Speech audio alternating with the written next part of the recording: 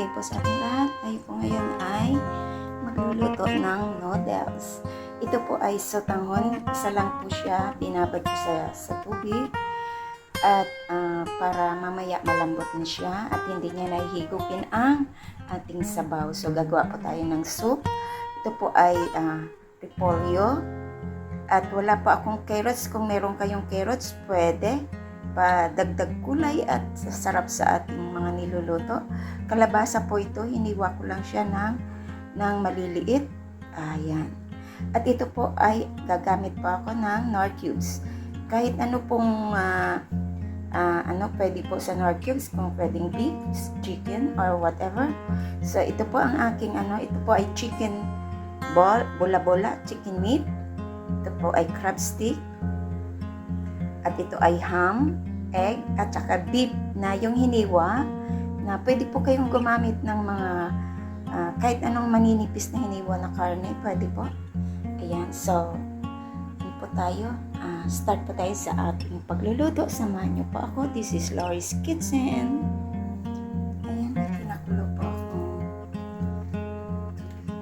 At ilagay ko na po yung Knorr cubes. Half lang po siya. Parang chicken yata ito. At ilagay ko yung chicken ball or chicken meat. Nabili ko lang po yan sa palengke. Ilagay ko na din yung ating beef. Bumibili talaga ako dyan. Yan para sa aking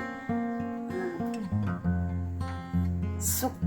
Mahilig po ako sa mga soup or noodles.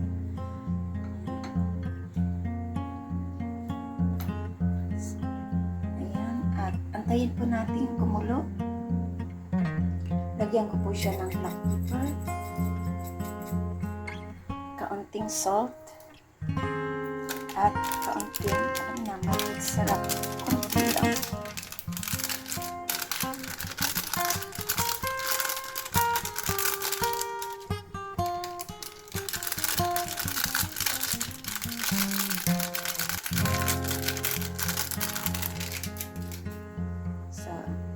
Natin kumulo pa siya bago natin ilagay ang iba nating sangkap. So ayan, medyo ito na. Ilagay ko po yung ating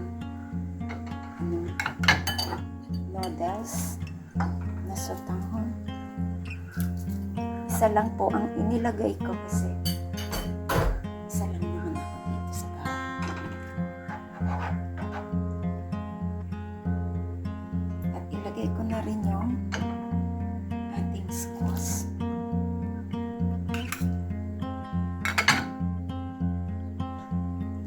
Kung may mga carrots kayo, maganda.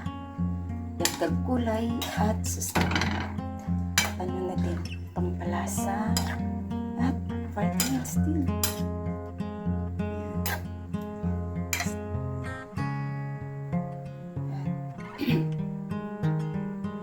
Ilagay ko na din yung ating ham.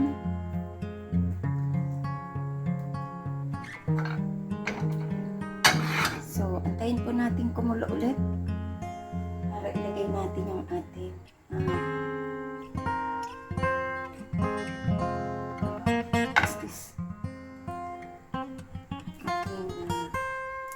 repolyo.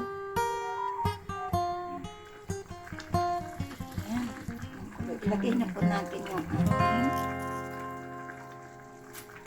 gulay. Okay, repolyo.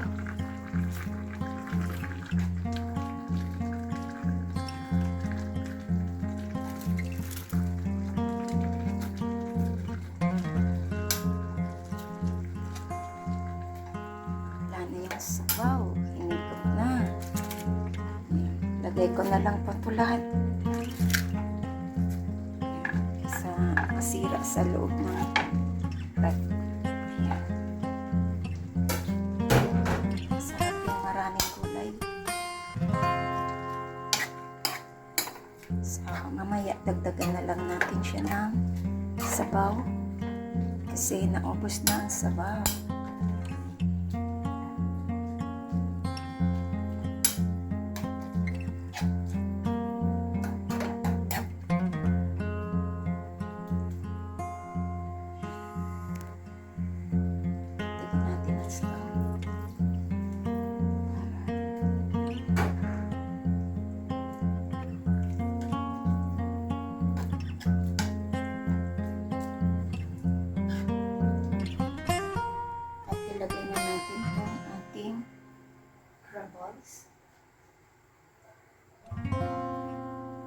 Isa lang yung ilagay ko.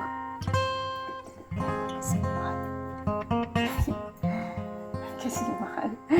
Yan.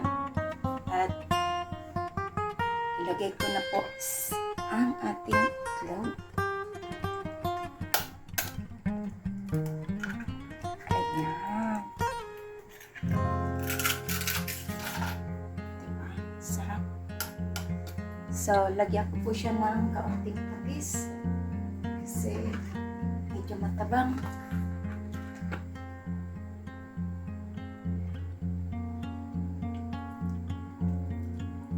Ayan. Timplahin na lang po natin ayon sa ating panlasa.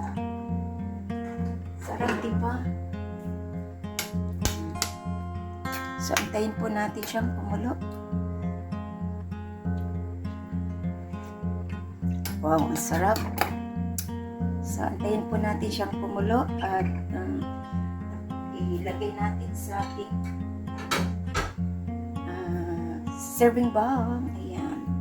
So, pakuloyin na lang po natin.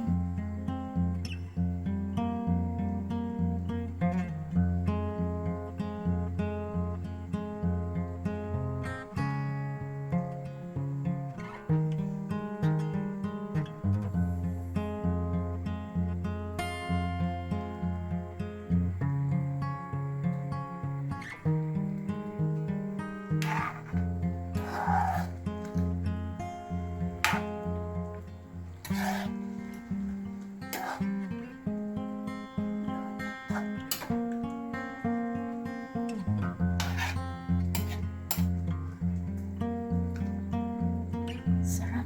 Kain na tayo. Kain na. Ang sarap. Pero dagdagan ko siya ng patis. Kulang siya ng patis. Pero depende po according sa inyong panlasa.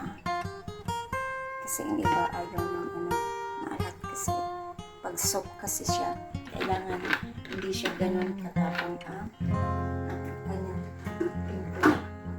Yan. Para siyang subo-subo.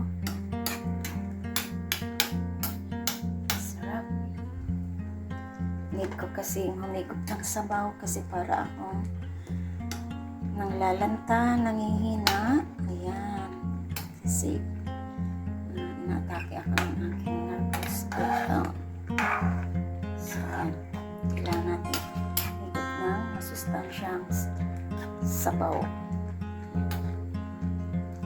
Masarap po ito kasi ano siya, beef. Yan. Yung ginagamit ng mga Koreano or Japanese, yung mga iniihaw-ihaw sa ano yan. Yan.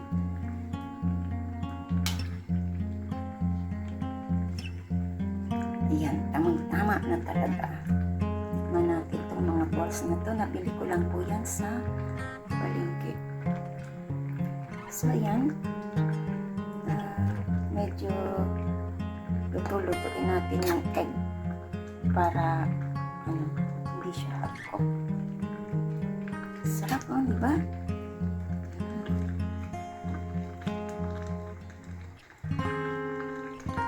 So, ayan na po ang ating sotang noodles with beef. Ayan. At mix-mix na siya. Chicken meat or chicken ball. Meron din yung beef. Meron din ganito. Meron din siyang mga crabs or seafoods. Mabibili niyo po yan sa mga Korean store or ano yan. Sarap po yan, parang shabu-shabu. So, lagay ko na po siya sa ating serving bowl. So, yan na po ang ating sutanghon noodles with beef and ham, egg, and chicken meat. Ayan, salamat po sa inyong lahat sa pagsama niya sa aming premiere for tonight. This is Laurie's Kitchen. At sa hindi pa po nakasubscribe ng aking channel, Please do subscribe and hit the bell button para lagi kayong updated sa aking parating na lulutuin. This is Lori's Kitchen. Big love shoutout sa inyong lahat dyan. Thank you sa pagsama sa aking video ito sa pagluluto. Pwede nyo pong gayahin at i-share. Maglagay po kayo ng comments sa baba. Ayan. Thank you and big love shoutout sa inyong lahat. Kain na po tayo. Higip tayo ng sabaw sa maulan na panahon. Bye-bye po. Salamat. Bye.